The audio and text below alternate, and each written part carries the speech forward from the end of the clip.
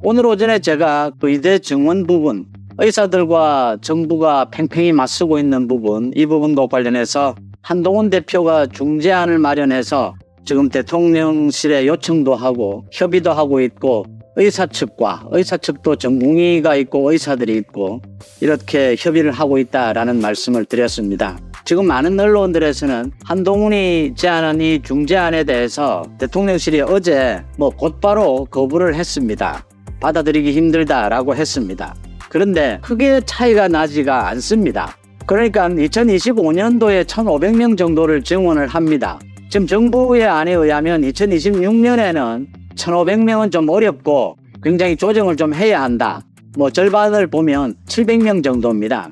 700명 정도를 정원을 해야 하느냐, 아니면 아예 보류를 하느냐, 유예를 하느냐, 한 명도 정원하지 않느냐. 지금 이 차이인데 2026년에 그 소위 의대 학생들, 유급이 되는 학생들, 의대 수업이 가능하겠느냐 이런 것을 보고 조정이 될 수가 있는 것입니다. 그래서 큰 차이는 없다. 흔히 윤 대통령과 한동훈 대표의 지금 관계를 이야기를 하게 되는데 이게 긴장과 협력을 계속 되풀이할 수밖에 없다. 그러니까 윤 대통령의 지지율도 높고 국민의힘 지지율, 한동훈 대표의 지지율도 모두 높다면 정말 말 그대로 원팀으로 그냥 가도 됩니다. 그런데 현실이 그렇지를 못합니다. 그럴 경우에는 지금 지지율을 끌어올리기 위해서, 많은 국민들의 지지를 받기 위해서, 이기는 정부, 이기는 정당이 되기 위해서는 때로는 갈등도 필요하고 때로는 협력도 필요합니다. 지금은 의사들과의 협의 부분도 남아 있습니다. 그러니까 지금 한동훈 대표와 윤석열 대통령이 어떻게 하자라고 정한다라고 해서 문제가 정리되는 것이 아니지 않습니까? 의사 측에서 이걸 받아들이겠다라고 하는 것도 남아 있는 만큼 앞으로 이 부분에 대해서 잘 풀려 나가게 될 것이다. 잘 풀려 나가는 길이 이게 윤석열 정부 성공, 국민의힘 지지율을 끌어올리는 것이다. 어떻게 하면 잘 풀릴 수 있겠느냐, 그 방법을 찾아내는 일. 지금 현재 분위기는 상당히 근접해 있는 만큼 긍정적으로 전망해 볼 수 있다, 이런 말씀이고요. 또 한 가지 더 말씀을 드리면 어제부터 지금 노동부 장관의 김문수 후보에 대해서 인사청문회가 열리고 있습니다.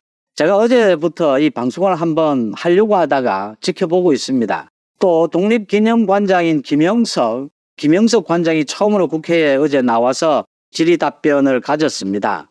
김문수와 김형석의 답변 여러 가지 중에서 이 부분입니다. 김형석이 1945년 8월 15일을 광복으로 보느냐라는 부분에 대해서 답변을 하지 않겠다라고 했습니다. 그리고 이제 돌아가서 자기 페이스북에 글을 올리기를 이게 설명이 굉장히 좀 필요한 부분이다. 8월 15일이 해방이고 광복이라는 이름을 쓰게 되는 과정, 우리 역사에서. 그 다음 1945년의 8월 15일과 1948년 8월 15일 정부를 수립하고 난 이후에 8월 15일과의 이 의미의 차이를 이야기를 하면서 자기가 답변을 하지를 않았다. 이런 설명을 민주당 쪽에서 못하게 하기 때문에 그런 설명을 하지 않았다라고 하는데, 해방이든 광복이든 1945년 8월 15일을 해방이든 광복이든 답변을 하는 것이 옳았다라고 하는 것이고요. 그 다음 김문수 후보에 대해서는 어제 이제 민주당이 청문회장을 박차고 나가는 일까지 벌어진 것이, 그러니까 일제시대에 우리나라 국민들의 국적이 어디였느냐, 여기에 대해서 김문수가 당연히 일본이었다. 나라를 빼앗겼으니까 일본 아니냐, 그게 상식적인 것 아니냐라고 해서 민주당에서 들고 일어나고 이런 일들이 벌어졌습니다. 이 부분은 잘못된 것입니다. 그러니까 지금 민주당이 국회에서 하는 행태를 보면 어떤 일이 있어도 민주당을 비판하고 싶은데, 또 김문수의 소신, 김형석의 소신도 인정을 합니다. 그런데 다른 건 몰라도 이 두 가지 답변 부분은 좀 문제가 있었다라고 보는 것은 두 가지 이유 때문입니다. 하나는 지금 국회에서 김문수와 김형석이 이렇게 답변하는 건 민주당이 물론 이렇게 유도를 하는 겁니다. 민주당이 유도를 한다라고 해서 이런 자신들의 소신을 답변하는 것, 그래서 논란이 있는 것이 윤석열 정부에 무슨 도움이 됩니까? 윤석열 정부 성공에 이게 무슨 도움이 될까요? 이게 지지율에는 도움이 되겠습니까? 그 다음 두 번째, 내용에서도 맞지를 않습니다.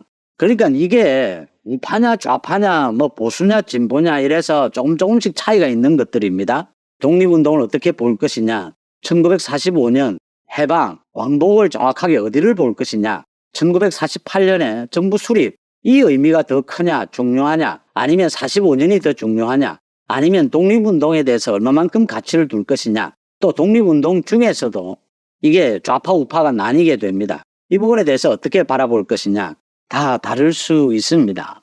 그런데 명백한 것은 모든 국민들이 생각하는 상식에 입각을 해서 이 지금 공직자는 답변을 해야 합니다. 지금 이런 논란을 일으킬 필요가 없다라고 하는 것이고요. 또 하나는 김영석이 1945년 8월 15일 그게 해방 광복 뭐 어떤 말을 써도 이렇게 이 말 저 말 다 써왔습니다. 어떤 말을 써도 크게 문제될 것은 없습니다. 자기 소신에 의해서는 지금 이걸 해방이라고 봐야 된다. 광복은 1948년이다. 이게 김영석의 소신인데 공직자가 된 것 아닙니까? 그러면 이 논란이 불필요하다고 생각하면 국민들의 일반적인 상식에 맞춰서 답변을 하고 넘어가도 그게 좀 지혜로운 부분입니다. 김문수 마찬가지지 않습니까? 그렇죠. 형식적으로는 일본의 나라를 빼앗겼으니까 우리나라 국민들의 국적이 일본이 됐습니다. 손기정 선수가 마라톤을 하고 일본 국기를 달고 지상대에 오른 게 사실입니다. 그런데 우리는 그 일본에 우리나라 침탈한 것을 인정할 수 없지 않습니까? 불법적인 침탈이지 않습니까? 그래서 독립운동을 했고 나라를 되찾은 것 아닙니까? 형식적으로는 일본 국적이지만 일본이 우리나라를 침탈한 것은 불법이었다. 그래서 을사늑약은 불법이다. 1919년에 상해 임시정부는 그래서 우리 헌법에 그 정신을 이어받는다라고 되어 있다. 법통을 이어받는다라고 되어 있다. 사실은 우리가 불법적으로 나라를 빼앗긴 것이다. 우리는 임시정부에 의해서 대한민국 국적을 가지고 있었던 것이다. 이렇게 답변하는 것이 상식 아닙니까? 이걸 굳이 김문수의 상식이다라고 하면서 일본의 나라를 빼앗겼으니까 그러면 일본의 나라를 빼앗겼으면 독립운동을 왜 합니까? 우리가 일제시대 때 우리 국적이 일본이라면 독립운동을 왜 했습니까? 이런 것까지 김문수의 소신은 제가 존중을 합니다. 근데 이게 무슨 도움이 되느냐라고 하는 것입니다. 이 연장선상에서 며칠 전에 이 일이 벌어졌는데 그때 제가 논평을 하려고 하다가 좀 지켜봤습니다. 근데 오늘 또 이야기가 다시 되풀이가 됐습니다. 저희 개혁신당의 천하람이 오늘 방송에 나와서 한 이야기인데 이야기의 출발은 며칠 전에 시작이 됩니다. 며칠 전에 그 CBS에 출연을 해서 국민의힘의 조혜진 전 의원입니다. 이준석이 이제는 국민의힘에 복당을 해야 되지 않느냐. 지금 민주당의 들러리가 되고 있는 것이 아니냐. 이런 이야기를 하니까 허은하가 꿈도 꾸지 마라. 그러니까 허은하가 이런 표현을 썼습니다. 배를 타고 강을 건넜으면 배를 불태워야 된다. 지금은 떠나간 이준석을 그리워하지 말고 윤 대통령이 국민의힘을 어떻게 잘 운영해 나가야 될 것이다. 이게 불교에서 나오는 이야기죠. 이준석으로 해서 윤 대통령이 이제 정권을 잡았으면 이준석은 그리워하지 말라 이렇게 단칼에 거절을 하는 이런 논란이 있었습니다. 이 부분에 대해서 천하람이 오늘 CBS에 출연을 해서 이 부분에 질문이 있자 이렇게 이야기를 했습니다. 지금 국민의힘에게 시급하게 필요한 것은 이준석의 복당이 아니고 윤 대통령의 탈당이다. 지금 윤 대통령은 국민과 소통할 의지가 없고 극단적인 이념, 뉴라이트로 달려가고 있다. 국민의힘은 점점 거기에 부역하는 정당이 되고 있다. 제정신 박힌 사람은 이제 윤 대통령과 일을 안 하려고 한다. 윤 대통령은 국민의힘에 대해서 자기가 정권도 잡았고 한동훈에 대해서 비대위원장도 시켜줬는데 배은망덕하다 이런 생각을 하고 있다. 이런 이야기들을 했습니다. 기본적으로 천박하고 좀 쓰레기 같은 정세 분석입니다. 천하람에. 근데 제가 굳이 이걸 말씀을 드리고자 하는 것은 국민의힘 일부에서 조혜진의 얘기처럼 이준석의 복당을 생각하는 사람들이 일부 있습니다. 그 다음 개혁신당 쪽에서도 이게 앞으로 대통령 선거에 근접해서는 어떻게 해서든지 보수 진보 또 대통령 선거가 있으면 큰 선거가 있으면 이렇게 이합 집산을 합니다. 그때는 또 어떤 계기가 있을 것이다 이런 생각들이 나오고 천하람이 이런 이야기를 하고 있다. 이준석 복당 원하지 말고 윤 대통령의 탈당 이런 이야기를 했습니다. 국민의힘 내부 그러니까 지금 여권 내부에서도 윤 대통령과 한동훈의 관계 이 부분에 대해서 여러 가지 이야기가 나오고 있는 만큼 이것도 한번 짚어보는 것이 의미가 있다 이렇게 생각을 합니다. 먼저 윤 대통령과 한동훈 대표의 관계입니다. 윤석열 정부 성공, 보수정권 재창출을 위해서 윤 대통령과 한동훈 대표가 전략적 협력 관계, 때로는 싸우면서 때로는 협력하는 그래서 전체적으로는 협력을 우위에 두는 이런 관계로 가지 않으면 정권 재창출은 굉장히 힘듭니다. 윤 대통령과 한동훈 대표가 정면으로 충돌하면 정권 재창출은 거의 어렵다고 봐야 합니다. 노무현과 정동영의 충돌, 김영삼 전 대통령과 이회창의 충돌을 생각해 보시면 됩니다. 전략적인 협력 관계는 되어야 한다. 소위 이명박 전 대통령과 박근혜 전 대통령과의 관계 정도를 본다면 그래도 전략적 제휴 이런 관계는 되어 있다. 대통령의 흔히들 이야기를 합니다. 이 대통령의 힘으로 차기의 대통령을 만들어낼 수는 없지만 막을 수는 있다라는 이야기를 합니다. 지금 이런 것들을 고려를 하면 윤 대통령과 한동훈 대표 이 관계를 이간질시키는 것도 정말 조심해야 하고 또 일방적으로 원팀이 되는 것도 도움이 되지를 않습니다. 전체적으로는 협력이지만 부분 긴장관계도 계속 형성이 될 수밖에 없습니다. 또 되어야 합니다. 이제 이래서 이게 복잡해지는 것입니다. 이런 관점에서 천하람이 이야기한 이 부분을 한번 짚어보면 이준석은 정치적으로 두 가지 문제가 있습니다. 하나는 윤 대통령에 대해서 근거 없이 윤 대통령을 반대하고 비난하고 내부 총질을 했습니다. 두 번째, 정치적인 자질이 쓰레기 수준입니다. 정치를 무슨 게임하듯이 정치에 있어서 명분이 없습니다. 어떤 정치를 해서 국민들에게 어떤 이익을 주겠다라고 하는 이 명분이 뚜렷하지 않습니다. 윤 대통령과의 완전한 차이를 보이는 부분이죠. 그래서 이준석이 복당 이야기를 국민의힘 일부에서 나올 수 있습니다. 소위 청년 정치의 회복 이런 것입니다. 이준석의 복당이 되는 것은 윤석열 정부에 아무런 도움이 되지 않습니다. 청년 정치가 필요한 부분은 한동훈 대표가 청년들의 지지율을 끌어올리기 위해서 이준석의 도움 이런 것 없이 복당 없이 청년들의 지지율을 끌어올리는 획기적인 방법을 써야 하고 준비하고 있습니다.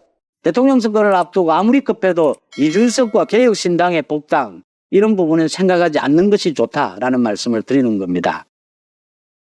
자, 이재명의 반일 선동이 갈수록 도를 더해가고 있습니다. 지난번에는 후쿠시마 오염 처리수 관련해서 이 핵 폐수다 이렇게 하면서 마구 비난하고 또 전국 각지로 돌아다니면서 집회를 열었는데 지금 1년이 지나고 난 뒤에 거기 관련해서 정부는 예산 1조 6천억 원을 썼지만 단 한 건도 이게 기준치를 초과하는 방사능이 발견되지 않았습니다. 그러니까 호들갑을 들고 국민들에게 그저 윤석열 정부를 공격하기 위한 이러한 선동에 결과했다는 것이 드러나고 있는 상황입니다.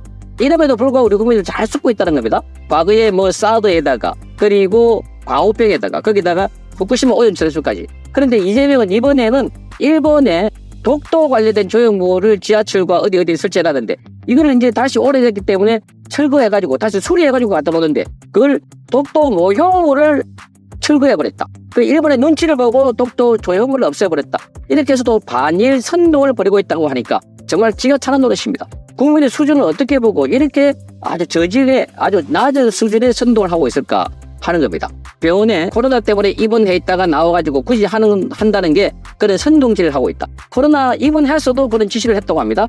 여기에 대해서 조명현 씨라고 경기도에 있을 때 7급 공무원으로 있었던 이재명의 잔심부름을 하고 법인카드 심부름을 했던 그래서 공노비였다 하는 비판까지 받아왔는데 이번에 일본에 말하자면 반일 선동한 것과 관련해서 중앙일보와 인터뷰에서 이재명이 진짜로 애국심을 갖고 그런 행동을 했더라면 과거에 자신에게 일제 샴푸를 사오라고 그런 심부름을 시키지 않았을 것이다 이렇게 말하고 있습니다. 청담동까지 무려 왕복 4시간 걸리는 거리에 그러니까 일제 샴푸와 트리트먼트를 사라고 그것도 85,000원짜리 사가 오라고 지시를 했다고 합니다. 그러니 지금 이 이재명은 일제 샴푸를 쓸 만큼 그렇게 일본 제품에 대한 애착이 깊은 사람이 그렇게 반일 선동을 하고 있나 이게 진정성이 전혀 없다 이렇게 조명현 씨는 말하고 있습니다. 중앙일보의 강철호 기자와의 인터뷰에서 그렇게 말한 겁니다. 조명현 씨는 독도 지우기 항의 캠페인에 대해서는 그가 진심으로 애국심에서 우러나온 반일을 하고 있다면 일제 샴푸를 쓸 수 없었을 것이다 이렇게 말했습니다. 그러면서 일제 샴푸를 쓰는 것은 개인의 자유지만 행동 하나하나가 사회에 미치는 영향을 볼 때 그런 정치인이라면 조심을 했을 것이다. 그래서 진심으로 애국심에서 반일을 했다면 국산품에 더 애정을 가졌을 것이라고 말하고 있습니다. 그러니까 이런 일제 제품을 쓰면서 반일 선동한다는 게 이게 그야말로 뭐라 그럴까요? 표리부동한 그런 행동이었다는 겁니다. 그래서 이 중앙일보의 강철호 기자가 여기에 지금 일문일답을 했습니다. 거기다가 이재명, 김혜경의 법인카드 불법 사용 의전 의혹을 폭로했던 이 부분에 대해서 이야기를 하고 있습니다. 이렇게 말합니다. 이재명 대표 경기지사 시절에 일제 샴푸 심부름을 했는데 그거 어떤 내용이 다시 설명을 좀 하려고 하니까 지금 이렇게 설명합니다.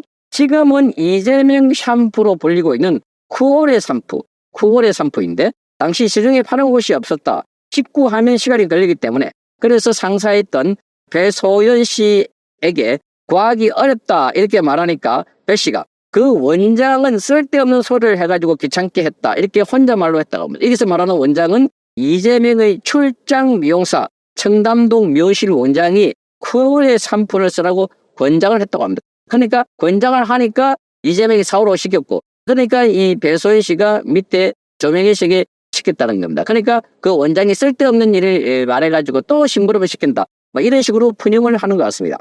그래서 얼마 뒤에 9월의 샴푸를 청담동 미용실에서 사오라는 지시를 받았는데 청담동까지 왕복 4시간을 오가면서 샴푸와 트리트먼트 각 50ml를 83,000원에 샀다고 말했습니다.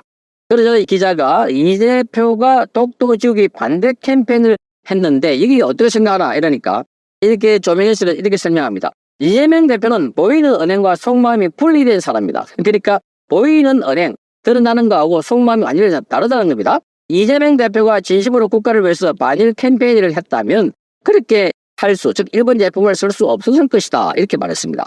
그러자 기자가 단순히 일제 산불을 썼기 때문에 문제는 얘기는 아닌 것 같은데 이렇게 하니까 그렇다라고 설명하면서 나는 일제 산불 쓴 게 나쁘다고 주장하는 게 아니다. 조명혜 씨는 설명하고 있습니다. 쓸 수도 있다. 그러나 정치인이라면 은행 일치를 해야 한다. 반일하는 근본 이유는 애국이 아닌가. 그러면 일제 산불을 쓴다 안 쓴다에 앞서가지고 국산품을 애용하는 그런 모습을 보여주는 게 참된 정치인의 모습이 아닌가 이렇게 말하고 있습니다. 그런데 이재명 대표가 입으로는 반일을 외치면서 일본 샴푸를 거리낌 없이 쓰는 것을 보면 그가 외치는 반일이 진심어인 애국심에서 나온 것이 아니다라고 본다는 겁니다. 진짜 애국심이 있었다면 평소에도 그런 게 눈에 들어왔을 것이다. 또 다른 큰 문제가 있다. 또 이렇게 말했습니다. 그래서 기자가 그게 뭔가 이렇게 물으니까 일제 샴푸를 이재명 개인 돈으로 샀으면 법적으로 문제가 안 되겠지만 국민 세금으로 샀다는 겁니다. 법인카드로 결제가 안 되니까 자신의 카드, 조명희 씨 카드로 구입을 했고 영수증도 챙겨서 도청에 지사 비서실 공무원에게 돈을 돌려받았다는 겁니다. 결론적으로 이재명은 애국심 면에서나 공인 또는 정치인으로서의 자세가 안 된 사람이다. 이렇게 평가를 했습니다.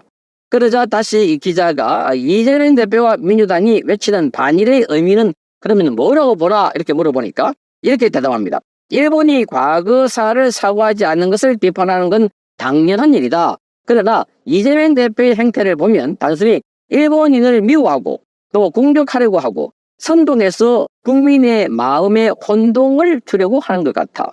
정치인은 국가를 생각하는 진심이 있어야 하는데 단순하게 반일을 그 수단으로 이용하려고 하다 보니까 말과 행동이 완전히 다른 것이 나온다. 이렇게 말하고 있습니다. 표리부동 완전히 다르다는 겁니다.